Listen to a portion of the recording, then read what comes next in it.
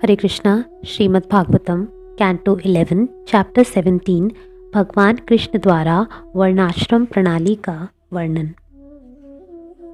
श्री उद्धव ने कहा, हे प्रभु, इसके पूर्व आपने वर्णाश्रम प्रणाली के अनुयायियों द्वारा तथा सामान्य अनियमित मनुष्यों द्वारा भी अनुकरण किए जाने वाले भक्ति के सिद्धांतों का वर्णन किया है। हे कमल नयन, अब कृपा करके मुझे बतलाइए कि इन नियम कर्तव्यों को संपन्न करके सारे मनुष्य किस तरह आपकी प्रेमा भक्ति प्राप्त कर सकते हैं। हे प्रभु, हे बलिष्ठ भुजाओं वाले, आपने इसके पूर्व अपने हंस रूप में ब्रह्मा जी से उन धार्मिक सिद्धांतों का कथन किया है जो अभ्यासकर्ता को परम सुख प्रदान करने वाले हैं। हे माधव, तब से अब काफ़ी काल बीत चुका है और हे शत्रुओं के दमनकर्ता, आपने जो उपदेश पहले दिया था उसका महत्व शीघ्र ही समाप्त हो जाएगा। हे अच्युत, इस पृथ्वी पर या ब्रह्मा की सभा तक में परम धार्मिक नियमों का आपके सिवा कोई वक्ता, सृष्टा तथा रक्षक नहीं है जहाँ साक्षात वेद निवास करते हैं। इस तरह ही मधुसूदन, जब आध्यात्मिक ज्ञान के सृष्टा, रक्षक तथा प्रवक्ता आप ही पृथ्वी का परित्याग कर देंगे तो इस विनष्ट ज्ञान को फिर से कौन बतलाएगा।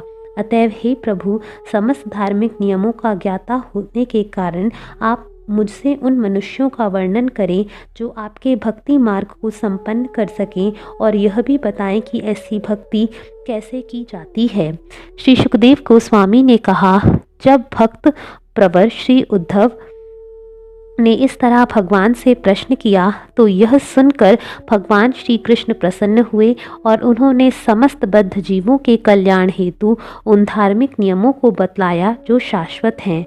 भगवान ने कहा, हे उद्धव, तुम्हारा प्रश्न धार्मिक नियमों के अनुकूल है, अतः यह सामान्य मनुष्यों को तथा वर्णाश्रम प्रणाली का पालन करने वाले दोनों ही को जीवन में सर्वोच्च सिद्धि अर्थात शुद्ध भक्ति को जन्म देता है।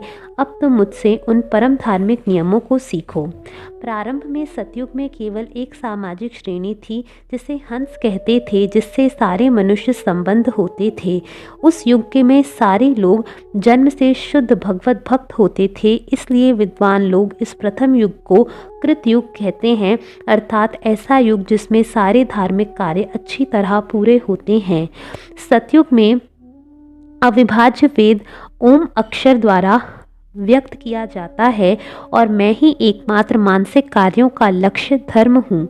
मैं 4 पैरों वाले धर्म रूपी बैल के रूप में प्रकट होता हूँ, जिससे सतयुग के निवासी तपस्यानिष्ठ तथा पाप रहित होकर भगवान हंस के रूप में मेरी पूजा करते हैं। हे परम भाग्यशाली, त्रेता युग के प्रारंभ में प्राण के स्थान से, जो कि मेरा हृदय है, वैदिक ज्ञान 3 विभागों में प्रकट हुआ। ये है ऋग, साम तथा यजु। तत्पश्चात उस ज्ञान में से मैं 3 यज्ञों के रूप में प्रकट हुआ। त्रेता युग में भगवान के विराट रूप से 4 जातियां प्रकट हुईं। ब्राह्मण भगवान के मुंह से, क्षत्रिय भगवान के बाहों से, वैश्य भगवान की जांघों से तथा शूद्र उस विराट रूप के पांवों से प्रकट हुए। प्रत्येक विभाग को उसके विशिष्ट कर्तव्यों तथा आचार व्यवहार से पहचाना गया। विवाहित जीवन मेरे विश्व रूप के जघन प्रदेश में प्रकट हुआ और ब्रह्मचारी विद्यार्थी मेरे हृदय से निकले।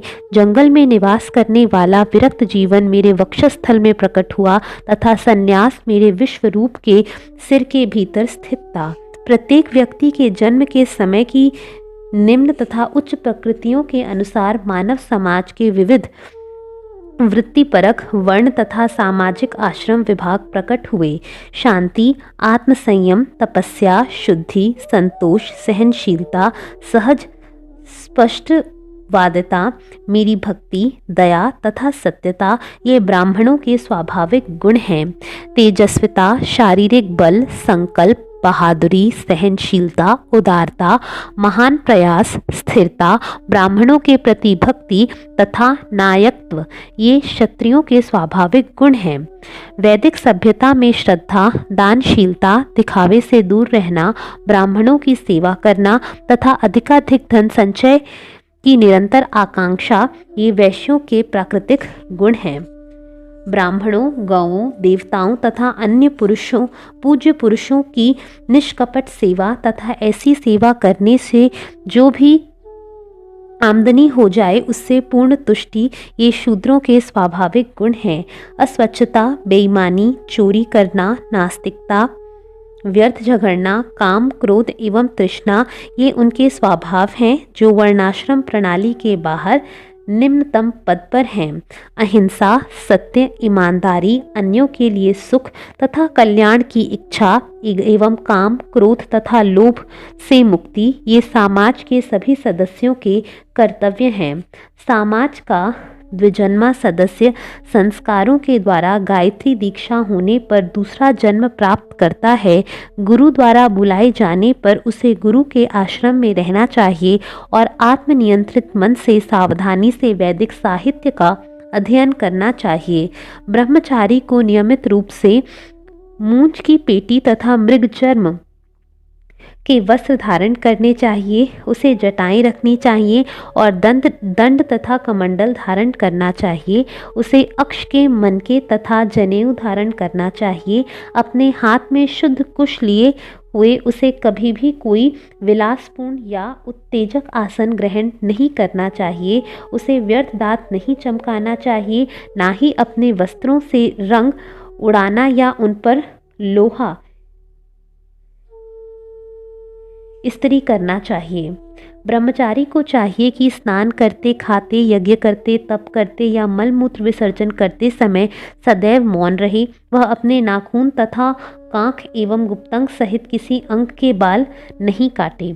ब्रह्मचर्य व्रत का पालन करते हुए वह कभी वीर्यपात ना करे। यदि संयोगवश वीर्य स्वतः निकल जाए तो ब्रह्मचारी तुरंत जल से स्नान करे, प्राणायाम द्वारा अपना श्वास रोके और गायत्री मंत्र का जप करे।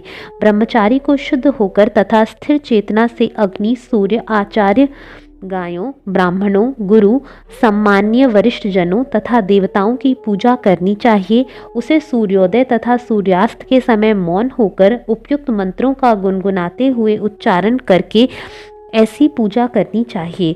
मनुष्य को चाहिए कि आचार्य को मेरा ही स्वरूप जाने और किसी भी प्रकार से उसका अनादर नहीं करे। उसे सामान्य पुरुष समझते हुए उससे ईर्ष्या द्वेष नहीं रखे, क्योंकि वह समस्त देवताओं का प्रतिनिधि होता है। वह प्रातः तथा सायंकालन भोजन तथा अन्य वस्तुएं एकत्र करके गुरु को प्रदान करे।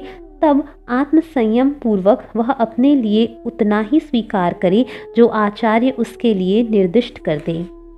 गुरु की सेवा करते समय शिष्य विनीत सेवक के समान रहता रहे और जब गुरु चले तो वह सेवक की तरह उनके पीछे पीछे चले। जब गुरु सोने लगे तो सेवक भी उनके पास लेट जाए और जब गुरु जगे तो सेवक उनके निकट बैठकर उनके चरण कमल चापने तथा अन्य सेवा कार्य करने में लग जाए।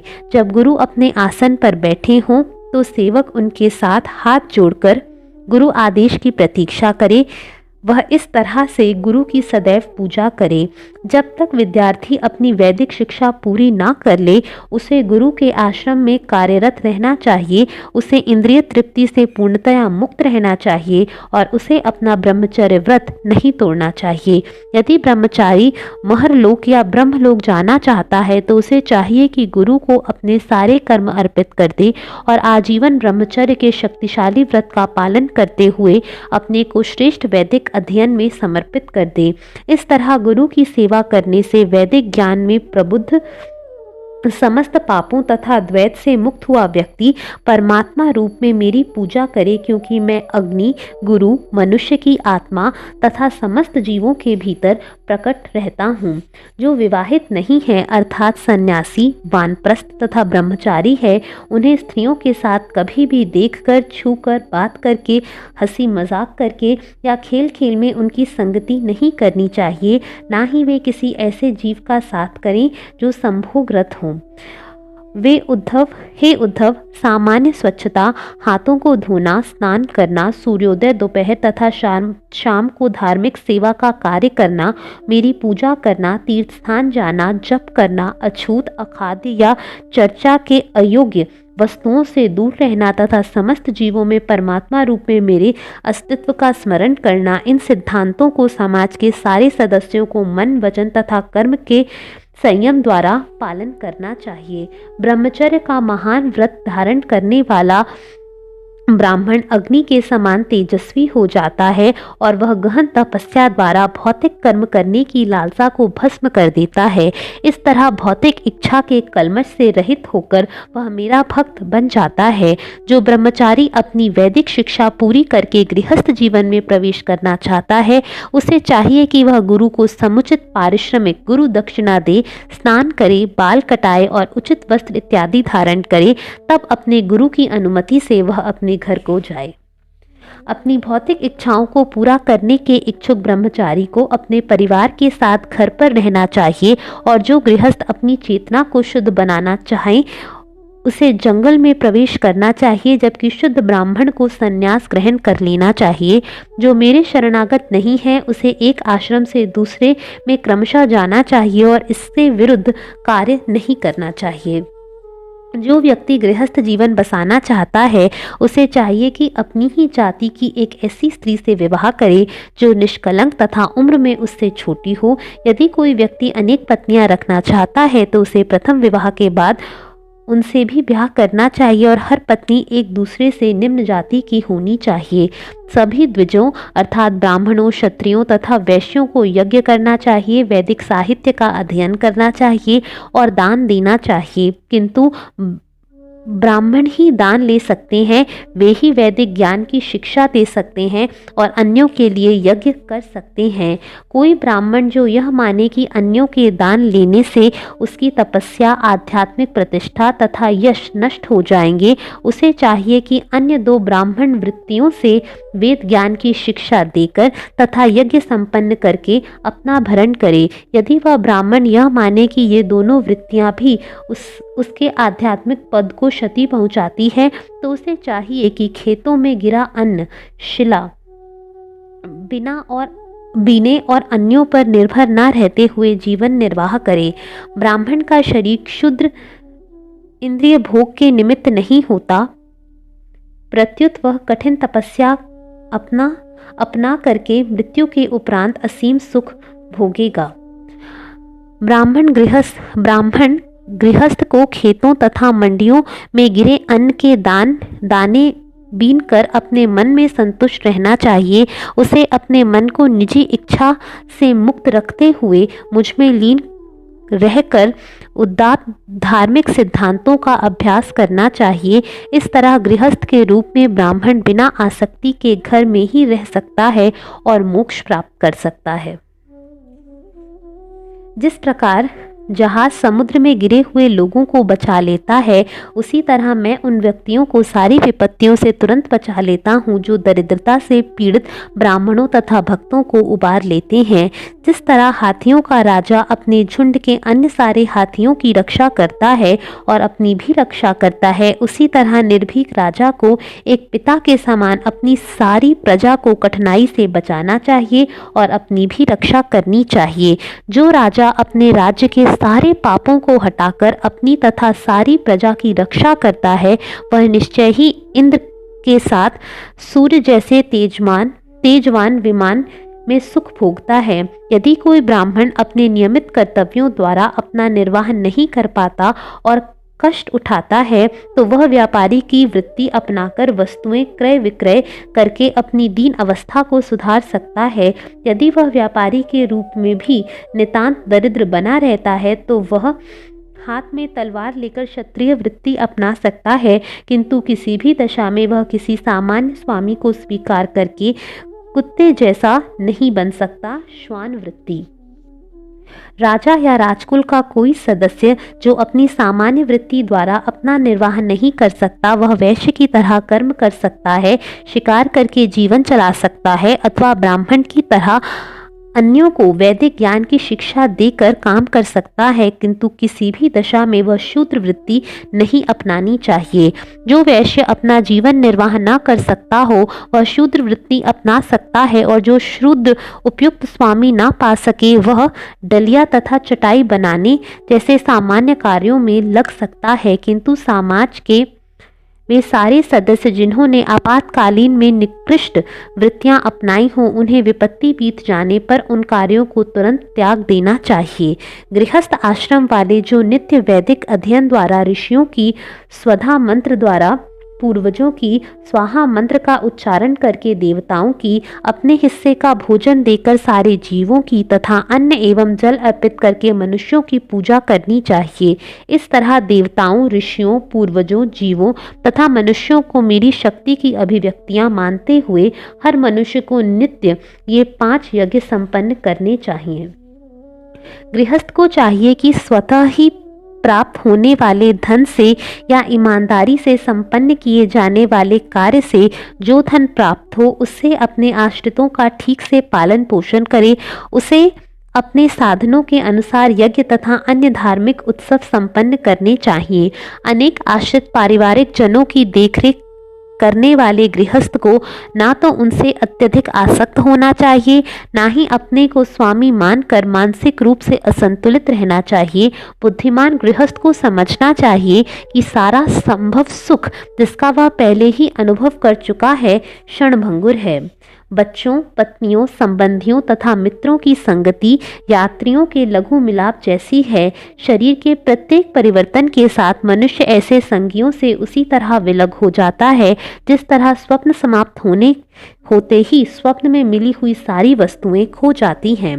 वास्तविक स्थिति पर गंभीरता पूर्वक विचार करते हुए मुक्तात्मा को चाहिए कि घर में एक मेहमान की तरह किसी स्वामित्व की भावना या मिथ्या अहंकार के बिना रहे। इस तरह वह घरेलू मामलों में नहीं फंसेगा। जो गृहस्थ भक्त अपने पारिवारिक कर्तव्यों को पूरा करते हुए मेरी पूजा करते हैं, वह चाहे तो घर पर ही रह सकता है अथवा किसी पवित्र स्थान में जा सकता है, और यदि उसके कोई जिम्मेदार पुत्र हो तो वह संन्यास ग्रहण कर सकता है। किंतु जिस गृहस्थ का मन अपने घर में आसक्त है और जो इस कारण अपने धन तथा संतान को भोगने की तीव्र इच्छाओं से विचलित है, जो स्त्रियों के लिए काम भावना से पीड़ित है, जो कृपण मनोवृत्ति रखता है और जो मूर्खतावश यह सोचता है कि प्रत्येक वस्तु मेरी है और मैं ही सब कुछ हूँ, निसंदेह वह व्यक्ति माया जाल में फंसा हुआ है। हाय मेरे वृद्ध माता पिता तथा गोद में बालक वाली मेरी पत्नी तथा मेरे अन्य बच्चे, मेरे बिना उनकी रक्षा करने वाला कोई नहीं है और उन्हें असह्य कष्ट उठाना पड़ेगा। मेरे गरीब संबंधी मेरे बिना कैसे रह सकेंगे। इस तरह अपनी मूर्खतापूर्ण मनोवृत्ति के कारण वह गृहस्थ, जिसका हृदय पारिवारिक आसक्ति से अभिभूत रहता है, कभी भी तुष्ट नहीं होता। फलस्वरूप अपने परिवार वालों का निरंतर ध्यान करते हुए वह मर जाता है और अज्ञान के अंधकार में प्रवेश करता है। हरे कृष्णा।